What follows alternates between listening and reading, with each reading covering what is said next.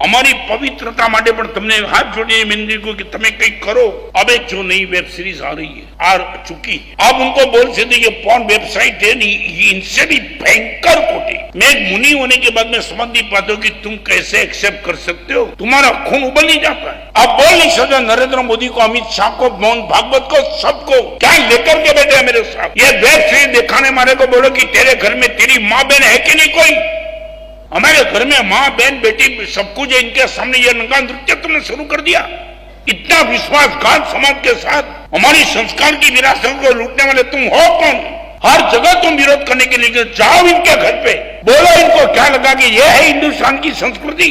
हम उस लोगों को बोलना चाहते हैं कि पिक्चर पर तुमने सेंसर लगाया है, वेब सीरीज पे सेंसर क्यों नहीं। भावनगर का वो बारवटिया था जिनका नाम था जोगीदास खुमान, डाकू था एक नंबर का, मगर वो टाइम डाकू के इनका पहचान थी, बुकानी बांधी जाता था और वो जा रहा था रास्ते में घोड़े पर, और चलते चलते उसने देखा खेत में एक 22 साल की लड़की अकेली काम कर रही है। वीरान जंगल था, चारों देखा कोई यही नहीं, और 22 साल की लड़की अकेली, घोड़ा सीधा उसने वहां रखा, वो लड़की खेत में काम कर रही है नीचे सर रखकर, और ऐसे ही घोड़े को खड़ा कर दिया। तब भी लड़की ने देखा नहीं। तब जोगीदास ने घूमने गए, बहन, लड़की ने कहा केम શું છે, એક પ્રશ્ન પૂછો આ જંગલમાં તું એકલી, તારા શરીર પણ યુવાની કે તું બહુ યુવાન છું લાગે છે, તને કોઈનો ડર? આ એકાંત જંગલમાં ભર યુવાનમાં સ્ત્રી શરીર અને એકલી।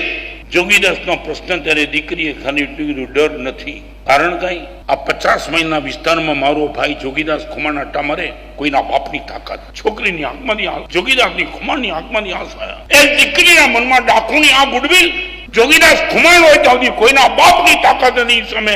आना लोगों क्या है गवर्नमेंट, क्या है विरोध पक्ष, राज्यसभा ने लोकसभा में गाड़ागाड़ी करो तो करो, तुम्हारी मां बहन ना कपड़ा उतरी जाए।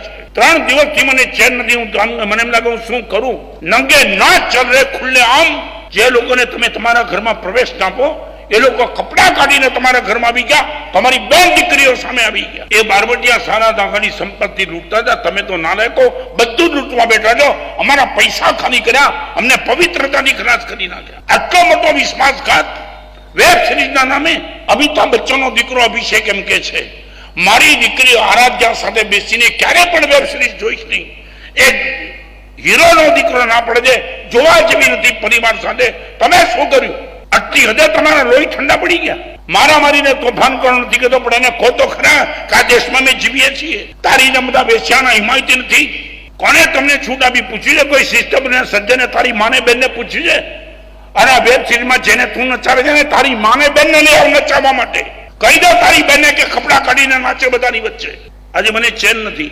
હું એટલા માટે બોલ્યો આવતીકાલે અમારી સાધુ સંસ્થા તમારા ઘરમાંથી અમની છે ખલાસ થઈ જશે। અમારા માટે તો બચો।